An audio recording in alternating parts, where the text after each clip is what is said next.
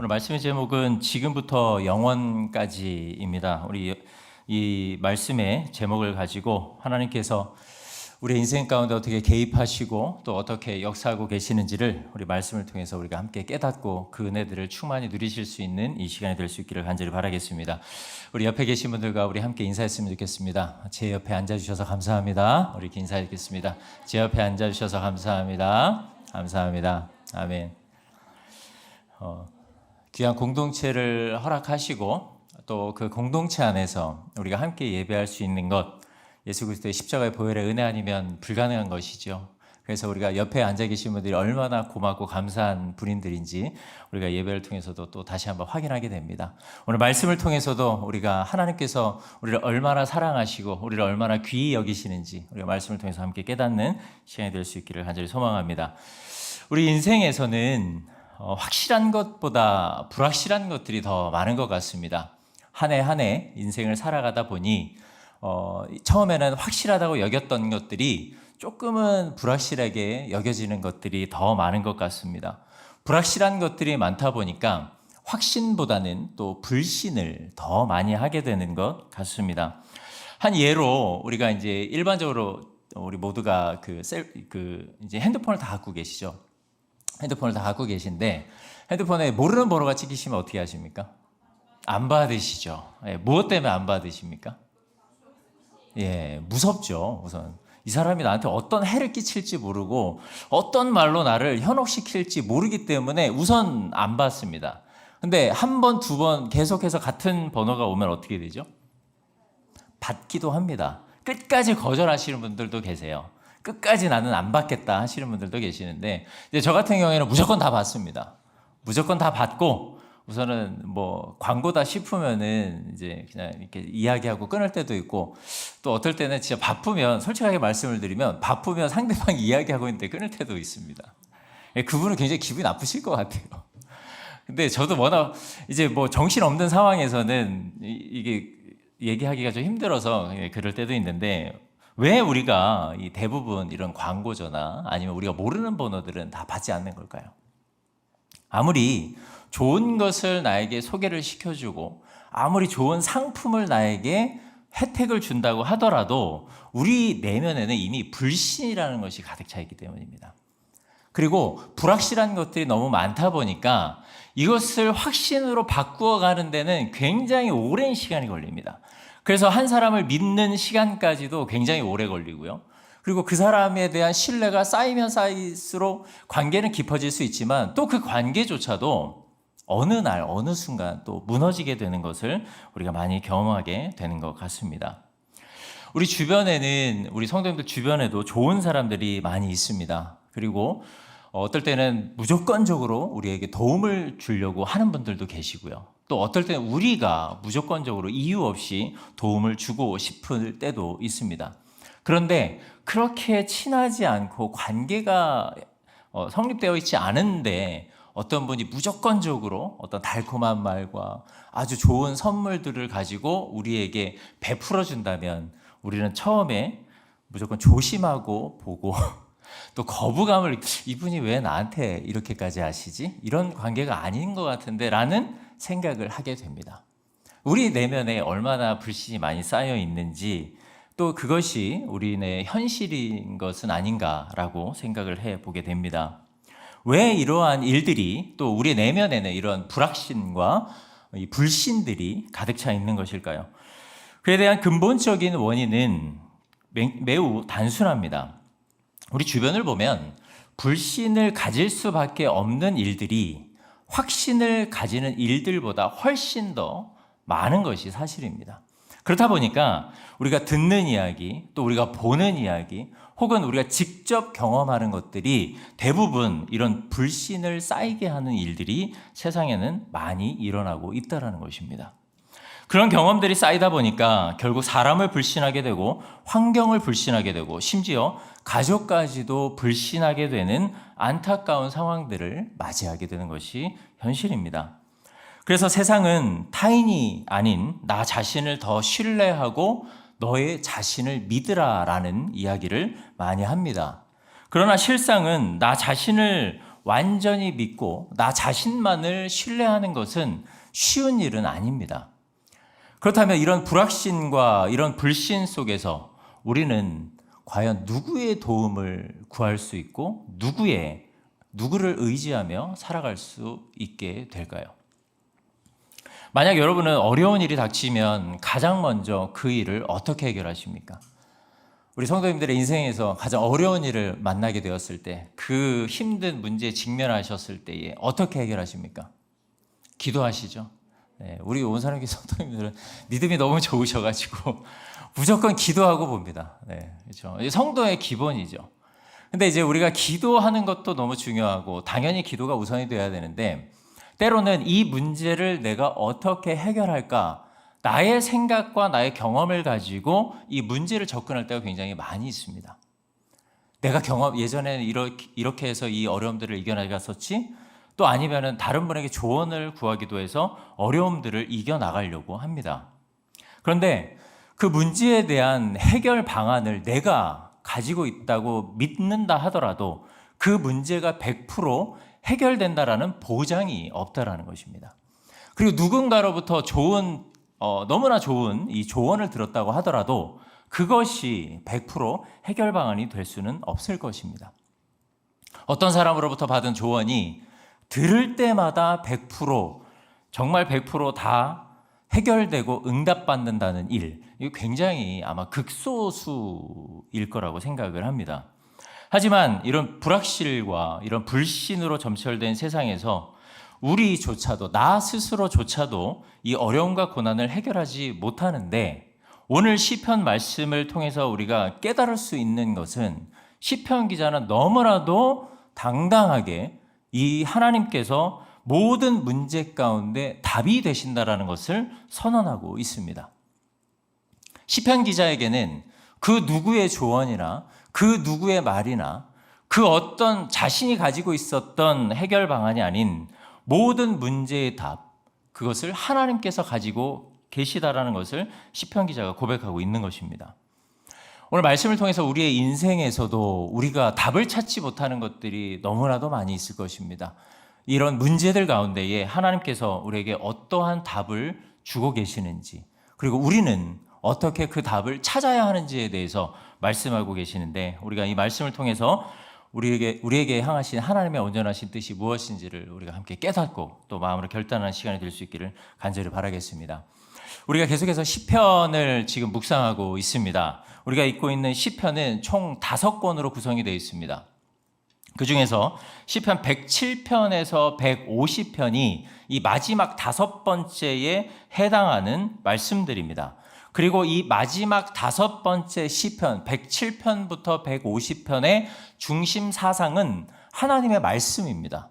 하나님의 말씀이 이 107편부터 150편까지의 핵심 중심 사상인데, 특히 제5권에서 120편에서 134편의 성경책을 보시면 그 위에 성전에 올라가는 노래라는 이 제목들을 가지고 있는 시편이 기록이 되어 있습니다. 그래서 120편부터 134편은 성전에 올라가는 시편으로 우리가 이해를 할 수 있는데, 오늘 우리가 읽고 있는 이 본문은 시편 제5권째 제5권에서 특히 120편에서 134편에 해당하는 성전에 올라가는 시편 그 2번째에 해당하는 말씀이라는 것입니다.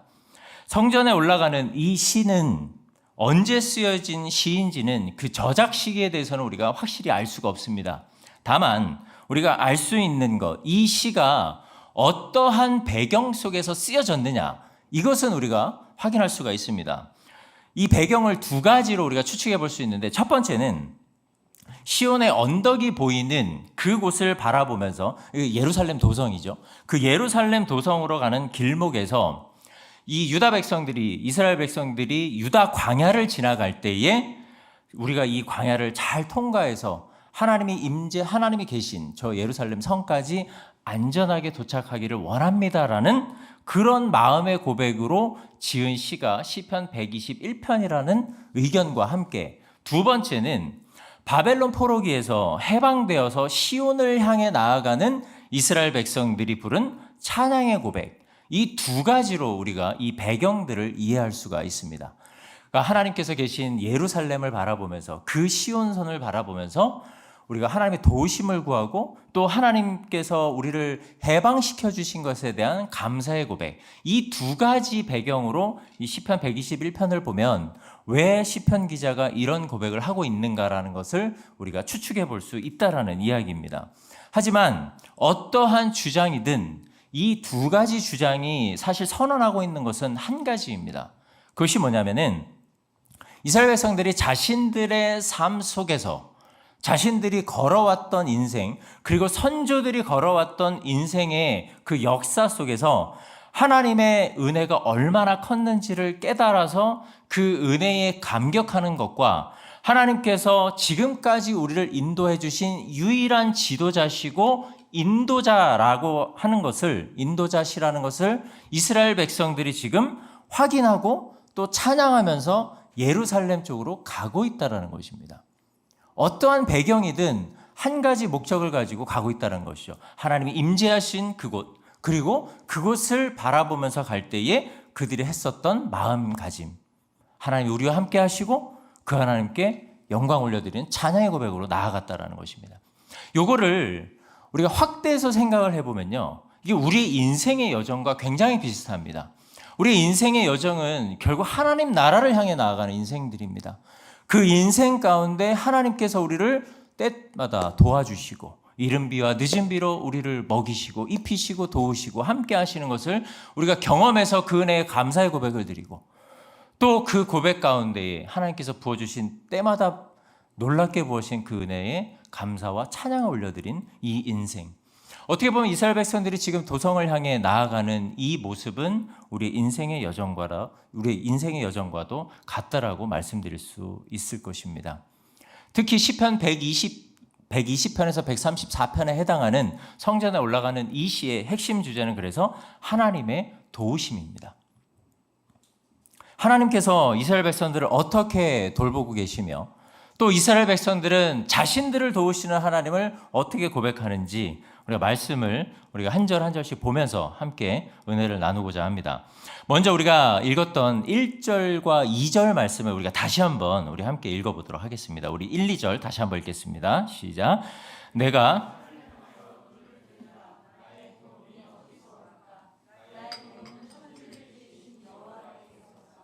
아멘. 성전으로 향하는 이 여정에서 시인은 산을 향해 자신의 눈을 들게 됩니다. 여기서 산은 예루살렘 성전, 좀 전에도 말씀드렸지만 곧 여호와의 임재를 상징하는 시온산과 동일시됩니다. 시인은 이 산을 바라보면서 이렇게 고백합니다. 나의 도움은 천지를 지으신 여호와께로소이다.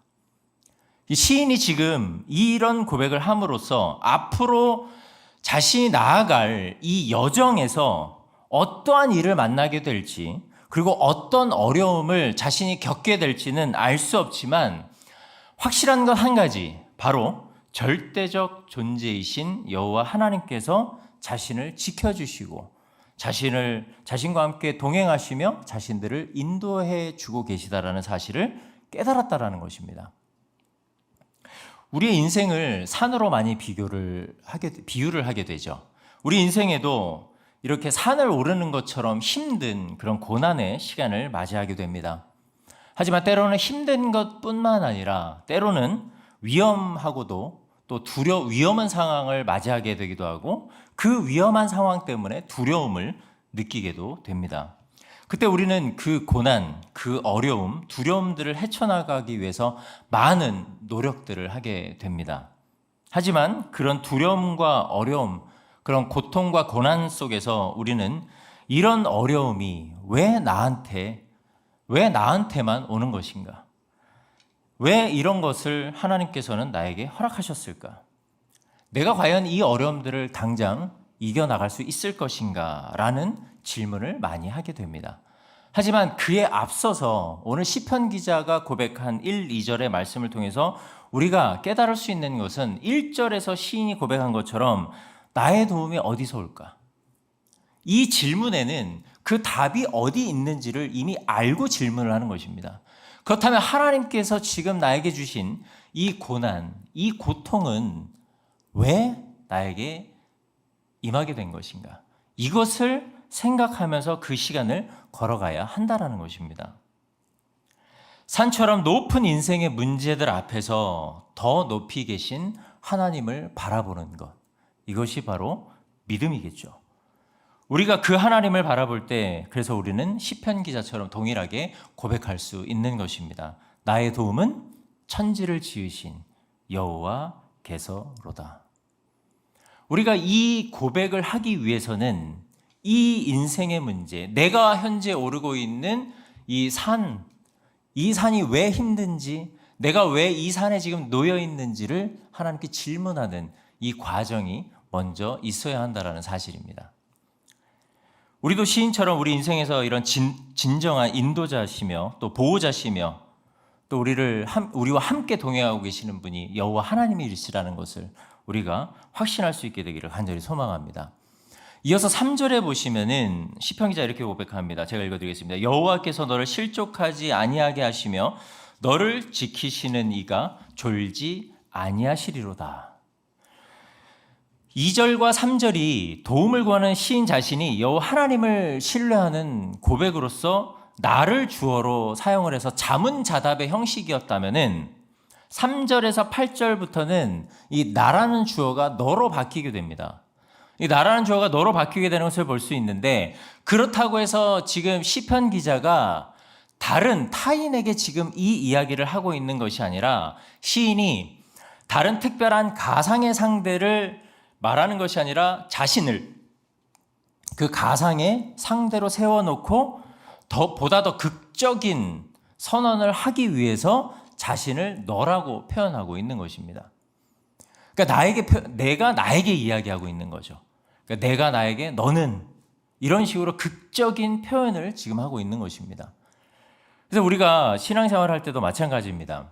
하나님께서 우리에게 말씀하실 때 이제 가끔 우리가 그 말씀에 우리의 이름을 넣어서 읽을 때가 있잖아요.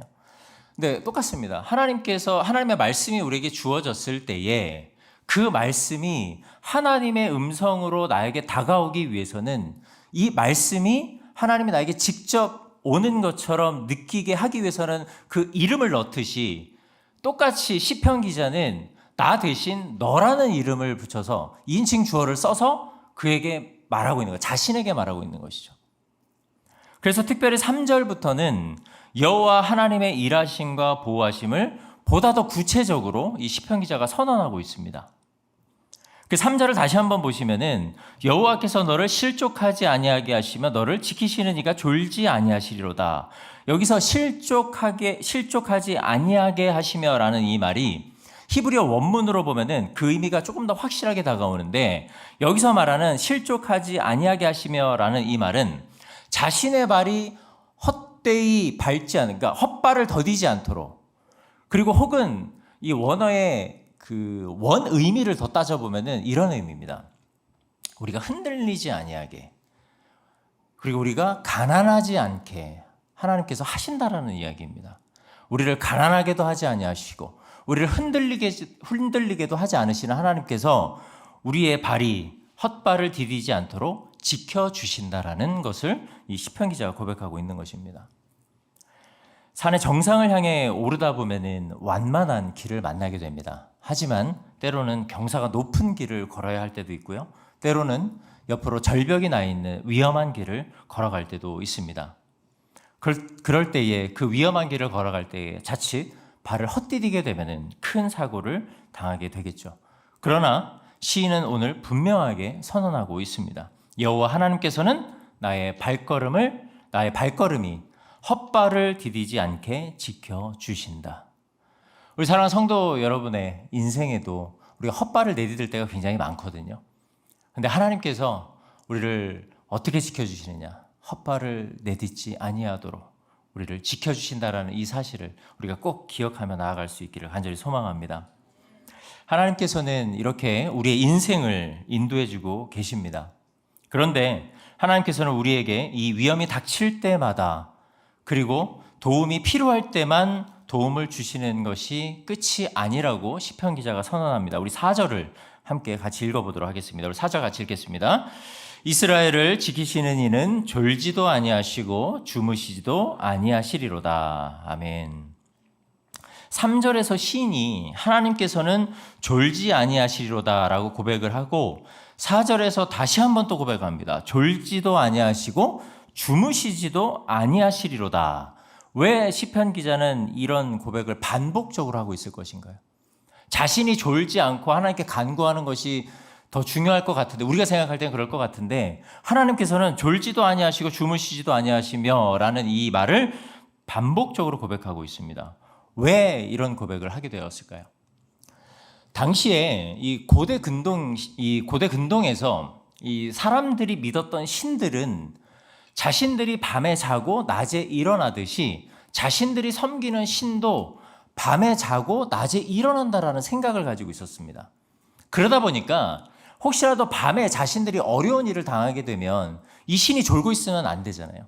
그래서 그 신이 졸지도 않고, 그러니까 그 신이 자고 있을 시간에 일어나서 나를 도와달라라는 이 마음을 가지고 계속해서 그들은 제사 의식들을 통해서 그 신들을 깨우는 이러한 의식들을 매일 해서 반복적으로 하고 있었던 것입니다. 그런데 이것에 정면으로 반박하는 것이 바로 이 시편 기자가 오늘 고백한 이 이야기입니다. 3절과 4절에서 그래서 반복적으로 시인이 이것을 반복하는 이유는 딱 하나입니다. 우리 여호와 하나님, 내가 믿는 하나님은, 그리고 우리와 함께 동행하신 하나님은 너희들이 믿는 신들과는 차원이 다른 분이다라는 것이죠. 그분은 졸지도 아니하시고 주무시지도 아니하시는 분이다. 너희들의 신처럼 자고 있어서 나를 깜빡하고 못 도와주시는 그런 분이 아니다라는 것을 이 시편 기자가 고백하고 있는 것입니다. 그래서 여호와 하나님은 다른 이방의 신들과 비교했을 때 월등하게 뛰어나시다 못해 완전하시고 위대하시며 모든 위험에서 우리를 도우시는 분이라는 것을 이 시편 기자가 강조하고 있는 것입니다. 우리가 누구를 의지하고 또 우리가 누구를 더 신뢰하는지는 우리가 어려운 순간을 맞이하게 되면 그것을 알 수가 있습니다. 인생에 어려운 일이 닥치게 되면 누구를 의지하고 누구를 가장 먼저 찾는지 그것을 보면은 내가 진짜 믿고 내가 신뢰하는 그 대상이 누구인지를 우리가 알 수 있는 것이죠. 그래서 우리가 하나님만이 졸지도 아니하시고 주무시지도 아니하시며 우리의 진정한 도움이시고 또 우리를 건져주실 분이라는 것을 우리가 믿는다면 우리가 어떻게 해야 될까요? 우리가 인생의 많은 어려움과 고난을 당할 때 그 하나님을 더 붙들어야 한다는 것입니다. 이것이 믿음입니다. 이것이 바로 신앙의 힘입니다. 우리가 그 하나님을 붙들지 아니하면 우리는 사람에게서 답을 찾으려고 할 것이고 그 사람을 통해서 그 일을 해결해 나가려고 할 것입니다. 하지만 하나님을 믿는다면, 그리고 우리가 아까 고백했었던 것처럼 우리가 인생의 어려움들을 만날 때 가장 먼저 기도하는 우리 성도라면 우리는 어떻게 해야 될까요? 그 하나님께 더 기도해야 된다는 것이죠. 그 하나님을 더 붙들어야 한다는 이야기입니다. 우리가 계속해서 5절에서 6절을 보시겠습니다. 5절에서 6절을 보시면 여호와는 너를 지키시는 이시라. 여호와께서 내 오른쪽에서 내 그늘이 되시나니 낮에 해가 너를 상하게 하지 아니하며 밤의 달도 너를 해치지 아니하리로다 라고 말씀하고 있습니다. 먼저 시인은 5절에서 여호와 하나님께서 오른쪽에서 그늘이 되어주신다라고 고백합니다. 성경에서 그늘은 보호의 의미로 사용이 됩니다. 이 느낌을 상상해 본다면 이런 것이죠. 하나님께서는 우리가 동행하십니다. 우리가 동행하시는데 때로는 우리보다 앞서가시기도 하십니다. 때로는 우리보다 뒤에 서서 우리가 가는 발걸음을 바라보시면서 왼쪽으로나 오른쪽으로나 아니면 어려운 길로 빠지지 않을까 바라보시면서 우리를 온전한 길로 인도해 주시기도 합니다. 하지만 이 말씀을 보면은 지금 현재 하나님께서는 우리 옆에서 특히나 오른쪽에서 우리와 함께 보폭을 맞추면서 우리가 동일하게 걸는 우리의 걸음의 속도와 맞춰서 하나님께서는 우리를 보호해 주시는데 우리 인생의 그늘막이 되어 주셔서 우리를 보호해 주신다라고 이 시편 기자가 이야기하고 있는 것입니다. 상상만 해도 너무 기분이 좋지 않으세요? 아닌가요? 지금 비가 굉장히 많이 와서 우리가 해를 본 지가 오래됐는데 이제 이 장마가 끝났다고 합니다. 이제 내일부터는 이제 폭염이 시작이라고 합니다. 그다음에 이제 하나님이 우리의 그늘막이 되신다는 것을 우리가 또 이 몸으로 체온으로 또 느끼게 될 텐데, 우리가 인생에 정말 많은 이 어려움들을 만날 때에, 어디서 이 어려움들이 다가오는지 못할 때에 하나님께서는 우리의 그늘막이 되어주시고 우리의 방패막이 되어주신다라는 것, 참 어떻게 생각만 해도 너무 위로가 되고 우리에게 힘이 되는 말씀이 아닐 수가 없습니다. 그 시편 기자가 6절에서는 이 여호와 하나님이 그 베풀어 주시는, 그리고 우리를 보호하시는 그 그늘이 한시적이 아니라 영원히 언제나 함께 하셔서 낮에 해가 우리를 상하지 못하게 하고 밤에 달도 해치지 못하게 하신다라고 선언하고 있습니다. 살인적인 뜨거운 햇볕 아래서 태양빛으로부터 우리를 보호하시고 목숨을 위협하는 그 위협과 두려움, 그리고 그 두려움에는 악한 자들도 포함되어 있습니다. 이 악한 자들로부터 하나님께서는 우리를 보호해 주신다는 것입니다. 사랑하는 여러분, 우리의 인생에는요, 환경적인 어려움들이 있습니다. 그런데 사람으로부터 받는 어려움이 사실 더 많습니다. 사람 때문에 우리가 마음이 상하고요, 사람 때문에 마음이 다치기도 하고, 그 사람 때문에 우리의 인생이 때로는 망가지기도 합니다. 그런데 하나님께서는 이 모든 상황들, 내가 지금 무엇 때문에 힘든지를 하나님께서는 다 알고 계신다는 것입니다. 그것이 어떠한 일 때문인지, 아니면 어떠한 계획 때문인지, 아니면 어떤 사람 때문인지 상관없이 하나님께서는 이 모든 어려움 속에서 우리를 보호해 주신다라는 사실입니다. 마지막으로 7절에서 8절에 보시면은 여호와께서, 우리 7절과 8절을 우리 함께 마지막으로 읽어보도록 하겠습니다. 함께 읽습니다. 시작. 여호와께서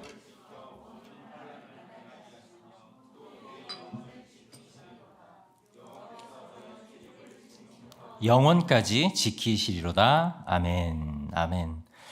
역시 하나님께서는 모든 환난 가운데서 좌절하거나 포기하지 않도록 지켜주신다라고 합니다. 그리고 8절의 이 고백처럼 지금부터 영원까지 하나님께서는 우리를 지키시고 보호하신다라는 사실입니다. 이 표현은 여호와 하나님의 보호와 인도하심이 매일의 삶, 지금 이 순간도 그렇고요, 우리가 매 순간 만나게 되고 직면하게 되는 많은 어려움과 일들 속에서 하나님께서는 여전히 그렇게 일하고 계신다라는 사실입니다. 우리가 시편 121편 이 짧은 이 8절의 이 말씀을 통해서 깨달을 수 있는 것, 그렇습니다. 우리 인생의 모든 여정에서 우리를 보호하시고 우리와 동행하시며 우리의 삶을 이끌어주고 인도해 주시는 분이 바로 하나님이시라는 사실입니다.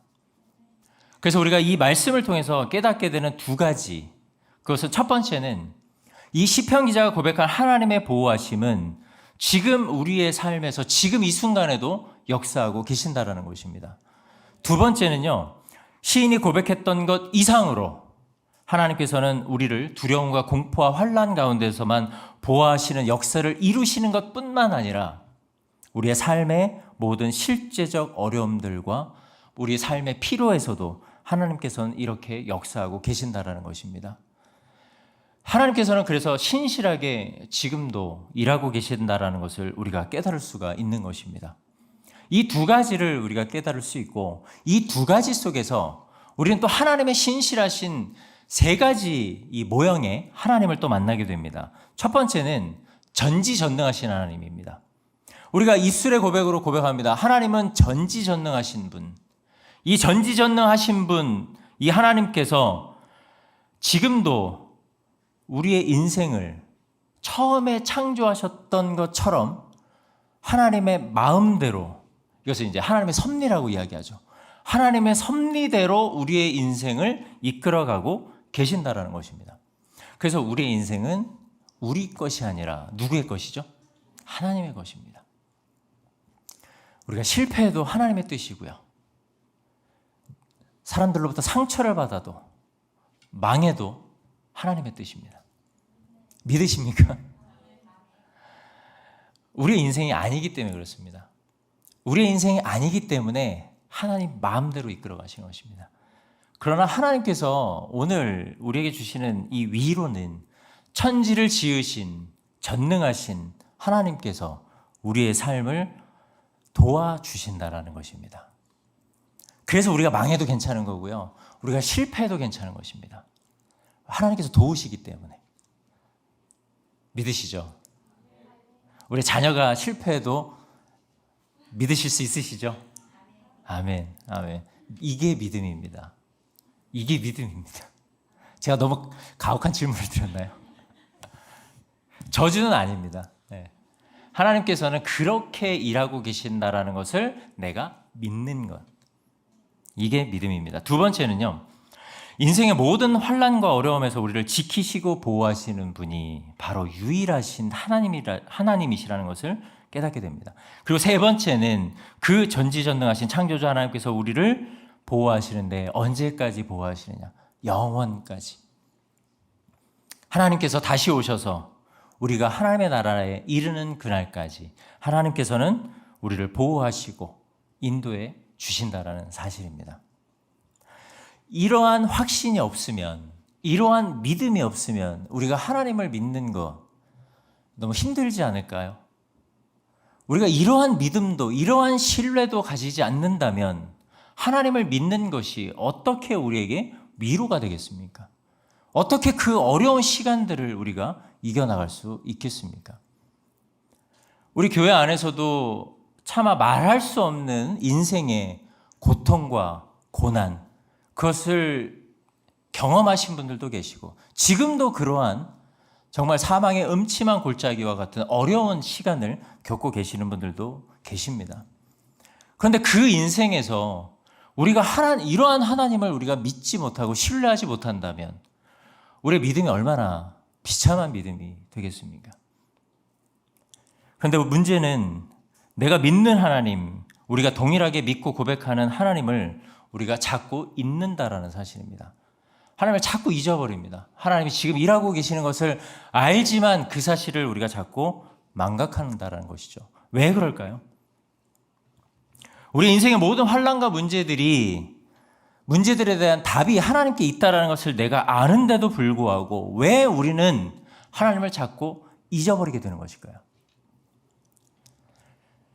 우리가 인생에 겪는 이 어려움들에 대한 답을요, 하나님께로부터 그러면 찾아야 되는데 그 문제를 하나님께로부터 찾지 않으려고 하고 자꾸 그 현실에서, 그 상황에서 보다 더 현실적인 답을 찾으려고 노력하기 때문에 자꾸 이 하나님을 잊어버리게 되는 것입니다.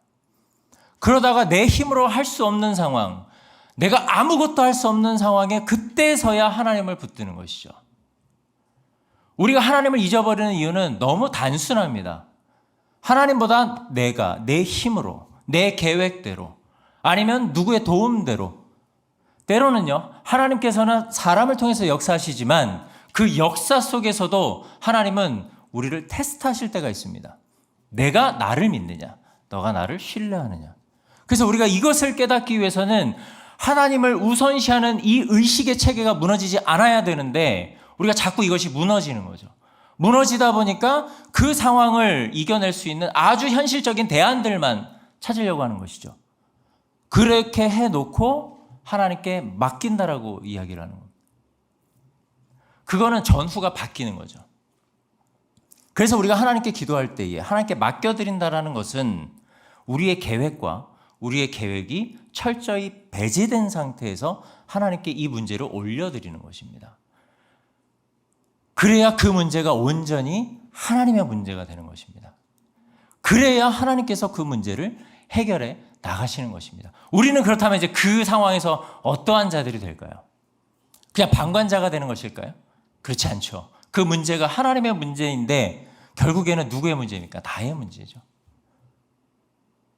그렇기 때문에 우리가 더 하나님을 의식해야 된다는 것. 이것을 우리가 꼭 기억을 해야 됩니다. 우리가 비유로 생각을 해본다면은 우리가 이제 학창 시절에 문제집을 많이 푸시잖아요. 그죠? 이제 문제집을 많이 풀게 되면은 이제 문제 밑에 보면은 이제 해설 같은 게 있어요. 성경에 관주가 있듯이 문제를 풀다 보면은 그 문제 이제 밑에나 아니면 해설지가 따로 있죠. 근데 그 해설지도 이해가 안 되면 어떻게 됩니까? 포기해야 되나요? 해설지도 이해가 안 될 때가 있잖아요. 그럴 때 어떻게 하십니까? 답을 찾아야죠. 이제 그때 되면 이제 맨 뒤에 있는 이제 답지를 보게 되는 거죠. 그러니까 우리의 인생에는 하나님께서 해설서를 주셨습니다. 그 해설서가 뭡니까? 성경이죠. 말씀이죠. 근데 그 말씀을 통해서도 우리가 깨닫지 못하면 이제 어떻게 해야 됩니까? 어떻게 해야 될까요? 하나님께 맡겨야 돼요. 하나님께 맡겨야 우리가 그 답을 찾을 수 있는 것입니다. 그런데 그 문제에 대한 답을 하나님께 받아야 되는데 이 답이 다른 사람한테 이제 물어보는 거죠. 이게 맞아? 근데 이제 그 사람이 이제 어떤 대안을 줍니다. 해결책을 주는데 이게 예전에 이제 그럴 때 이제 학교에서 시험을 보면은 이제 이게 답이 맞는지 안 맞는지 누구한테 먼저 찾아갑니까? 제일 잘하는 애한테 가잖아요.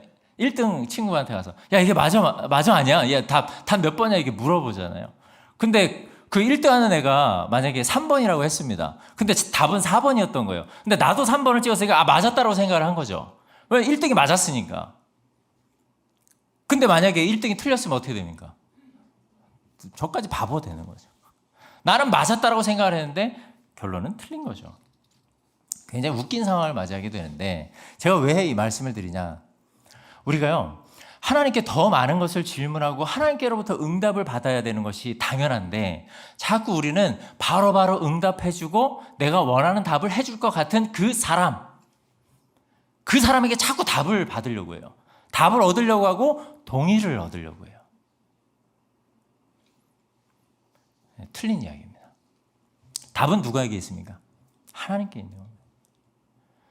문제의 출제자가 하나님이시기 때문에 그 하나님께 답이 뭔지 물어봐야 한다는 거죠.